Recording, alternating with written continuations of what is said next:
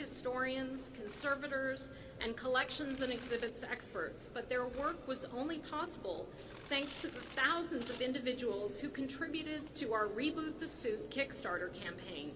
So thank you to all of those people who did their part to preserve this vital piece of space history. The complexity of the suit ensured it could support human life in the harshest of environments. Extreme heat and cold, radiation, micrometeorites, and the threat of cuts from sharp rocks all had to be taken into consideration.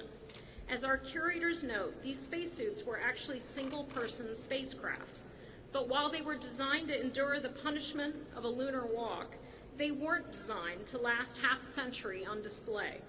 We're happy that the work we've done will extend the life of the suit and ensures that generations to come can be inspired by it. And equally as important, we want to inspire visitors through the stories of men and women who have worn all the spacesuits in our collection. Neil Armstrong's commitment to the mission, his tenacity, perseverance, and incredibly calm demeanor were just what you wanted in someone piloting an odd-looking craft like the one behind me to the surface of the moon for the first time. His humility about the accomplishment was reflected in the plaque on the lunar module, which read, "We came in peace for all mankind." All three Apollo 11 astronauts understood the importance of the journey they were embarking on and the significance that would surround the items from the mission. This is clear in the design of the mission patch, which was led by the crew. They decided against adding their names, as prior missions had done. As Command Module pilot Michael Collins, who designed the final patch, explained, it was in recognition of the teamwork behind Apollo. I can't wait to share the awe-inspiring symbol of teamwork that is Neil's suit with our visitors, and I hope that people will join us this week here in the museum and on the mall as we come together to celebrate the honor of the legacy of Apollo and look to the great achievements to come. It is now my pleasure to introduce the person who is tasked with making those next steps in space exploration a reality. Please join me in welcoming NASA Administrator Jim Bridenstine. Jim.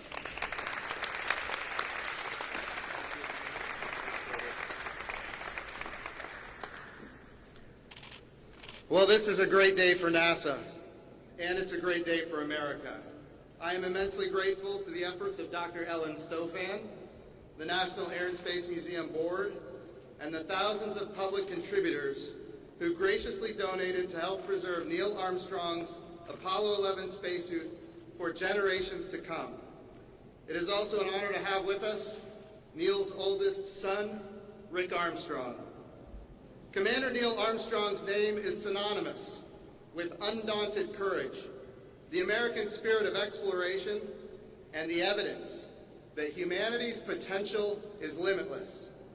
50 years ago this week, Armstrong, Buzz Aldrin, and Michael Collins hurtled through the unforgiving blackness of space, aiming at the moon, not in a mission of conquest, but a mission of peace. Their success expanded humanity's understanding of our celestial neighbor, and most importantly, it taught us something about ourselves, that together we can accomplish any goal and overcome any difficulty. Among Armstrong's personal effects aboard Apollo 11 were pieces of the Wright brothers' Flyer, the wooden and fabric aircraft that succeeded in making humanity's first powered flight some 66 years earlier. In paying homage to this other set of pioneers, Armstrong demonstrated a profound truth that we must continue to remember even today. He understood that humanity's meteoric rise from the ground to the sky, to space, and onto the moon was not by chance. It was, in fact, by choice.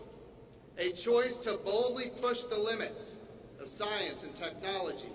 A choice to further discover the Almighty's creations and use our newfound knowledge to elevate the human condition.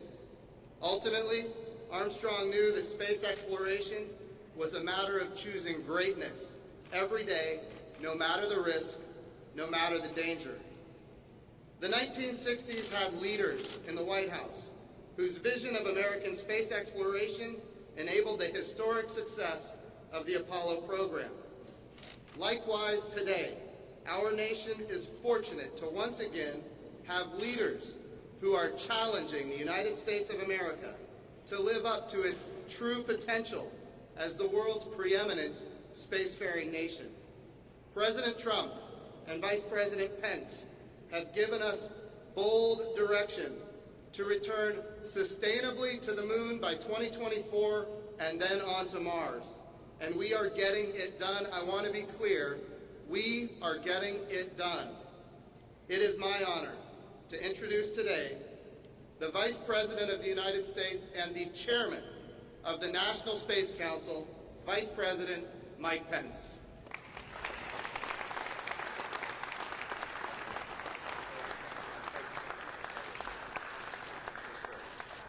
That's great. Thank you, Administrator Jim Bridenstine. Thank you for your great leadership at NASA.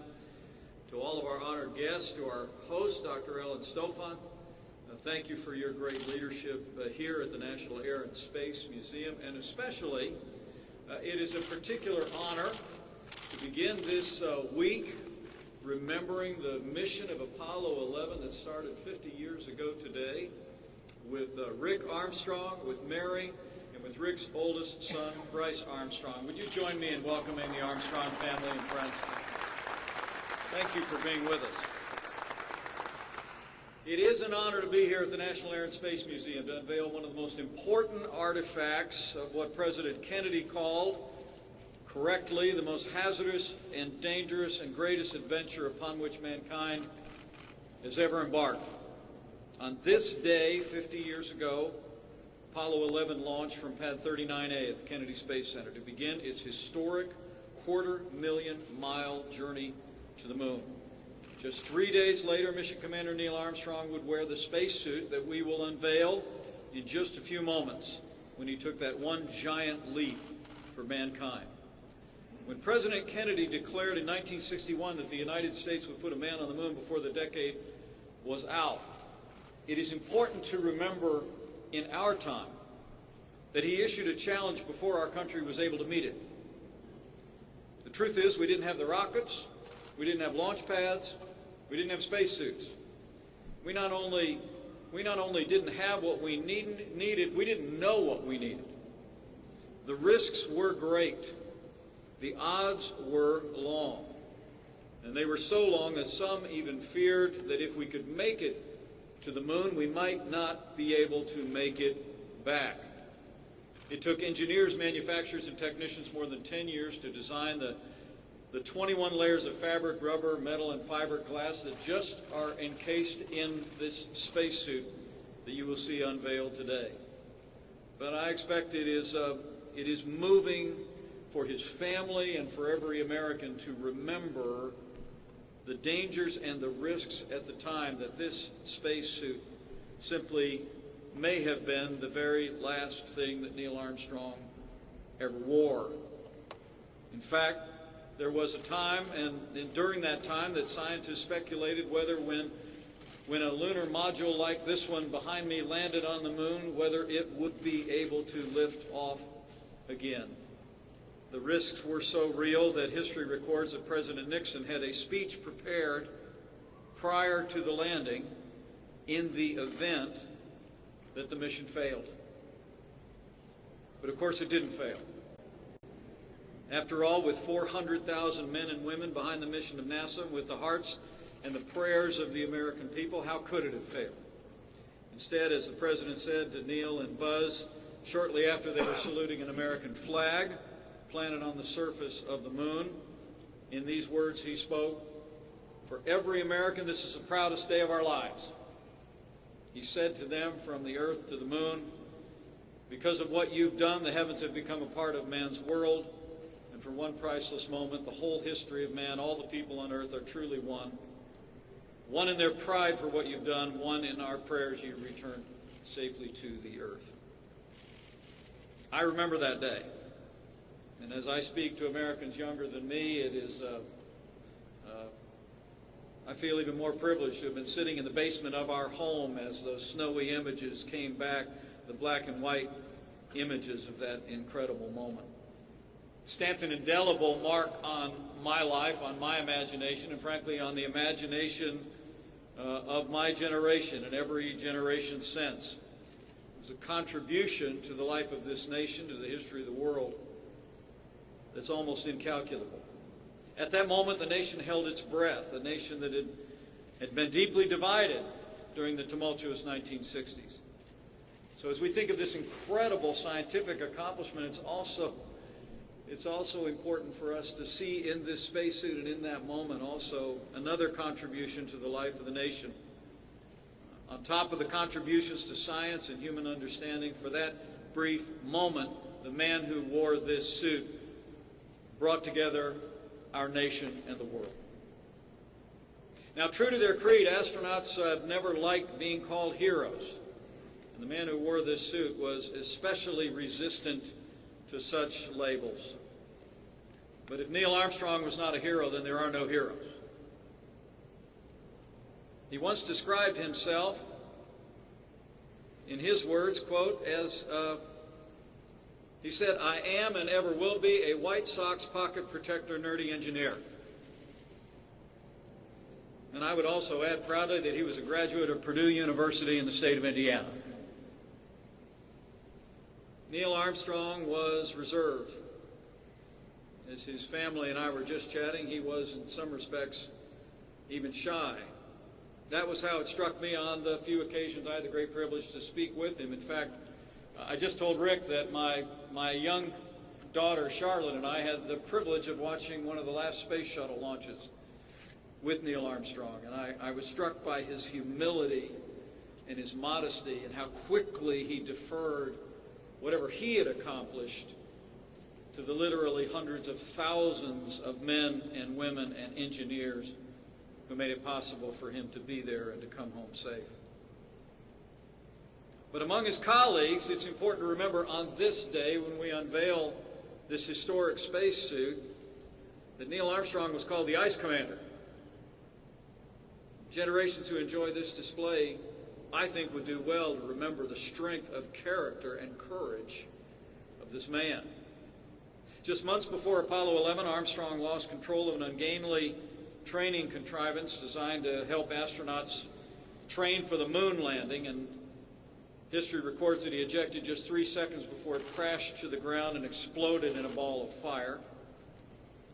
More remarkably than that, we're told that Armstrong just dusted himself off that day and spent the rest of the day behind his desk.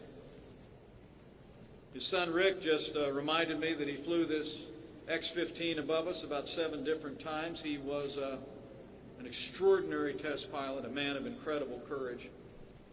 But his courage was displayed perhaps nowhere more profoundly than in the moments just before the Apollo 11 lunar module landed on the surface of the moon. It was that coolness during the original landing that likely saved the lives of the 2 astronauts that were aboard the lunar module. When the original landing area turned out to be so full of large boulders that landing there would have doomed the mission and the crew, history records again that Neil Armstrong calmly took the control of the lunar module, skimmed across the top of the lunar surface, and manually found a safe spot to touch down. By the time he set down to what we all know to be Tranquility Base, Armstrong and Aldrin had 17 seconds of fuel left remaining. It's incredible.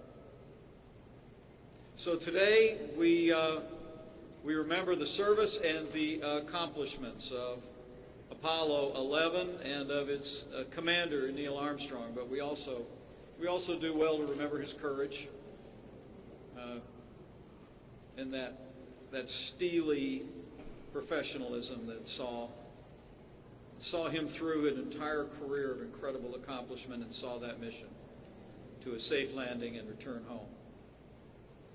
The debt this nation owes to our Apollo astronauts, including the man who wore the suit that we unveiled today, we can never fully repay. But today is an installment. The American people have expressed their gratitude by preserving this symbol of courage. And I'm told when the Smithsonian Institution launched the Kickstarter campaign to help preserve this invaluable piece of American history. They raised $500,000 in 5 days to do it. And I also understand, for those looking on, that because of the success of this initiative, the Reboot the Suit campaign set an additional goal and now has raised more than $750,000 from people all over the country to preserve Alan Shepard's spacesuit. The American people's generosity has made it possible for this national treasure to go on display today for the first time in 13 years, and now to be available in these storied halls for generations to come. So as we begin today to mark the golden anniversary of Apollo 11, we do well to remember what they left behind in its capacity to inspire future generations. But let me also say, as I told Rick backstage, I expect his dad would be pleased to know that the fact that in this generation we are renewing our commitment to American leadership in space and American leadership in human space exploration is also a tribute as well. I'm proud to say that after it lay dormant for a quarter century, President Trump revived the National Space Council to reinvigorate America's space activities across a whole-of-government program. We've empowered private partners, unleashed America's space industry as never before, and under President Trump's leadership, it is now the policy of the United States of America to return to the moon within the next 5 years, and from there on to Mars. I have a feeling that the man who wore the suit that we will unveil today would be glad to know that the first woman and the next man on the moon will also be an American. Apollo 11 is the only event of the 20th century that stands a chance of being widely remembered in the 30th century. And that's what makes a day like today so important. 1,000 years from now, July 20th, 1969 will likely be a date that will live on in the minds and imaginations of men and women here on Earth, across our solar system, and beyond.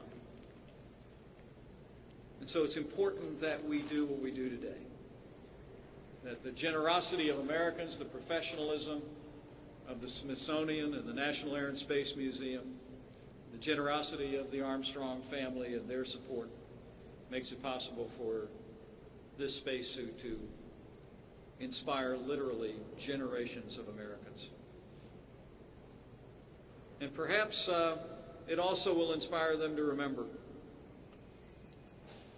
those men who took that most hazardous and dangerous and greatest adventure in their time.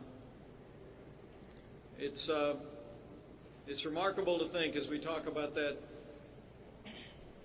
steely-eyed nerve of Apollo 11 Commander Neil Armstrong, that maybe we do well this week also to remember a photograph, Rick, of your dad. Shortly after he and Buzz Aldrin finished their historic moonwalk, there is that picture of Neil Armstrong dressed in that very spacesuit, covered with moon dust, sporting a 3-day beard, with a broad smile on his face, exuding the greatest and purest satisfaction.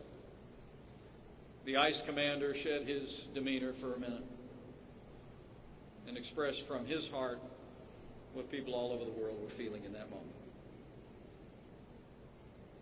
So thank you again to Dr. Ellen Stofan and the great stewards here at the National Air and Space Museum. Thank you for preserving this great national treasure. May it inspire future heroes who walk these hallways in their youth.